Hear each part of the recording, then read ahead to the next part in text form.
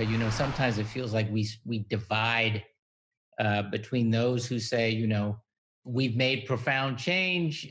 Look at all that happened in the '60s, and we're done.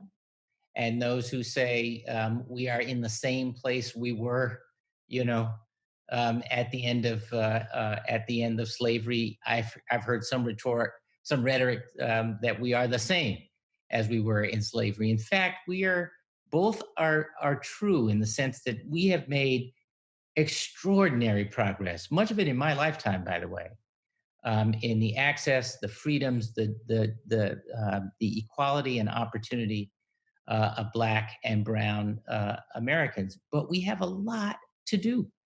And it isn't always manifest in the violence visited upon George Floyd and incidents like that, although it is.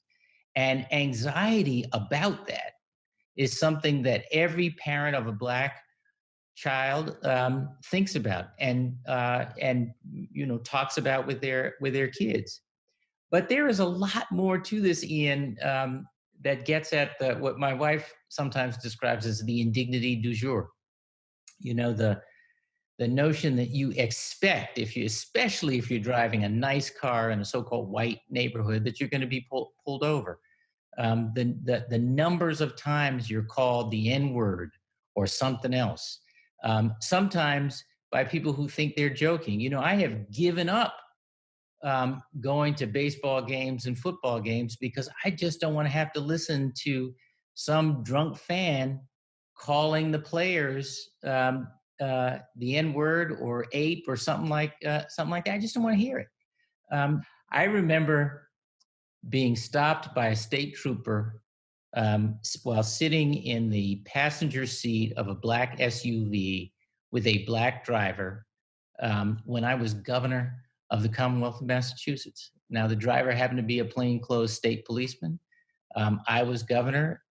It was a rookie state trooper, as far as I could tell, but he still, when he stopped us and asked, he couldn't quite process what this scene he was seeing. I mean, that's like, I'm sure a lot of our viewers right now are looking at this and saying they can't even compute it.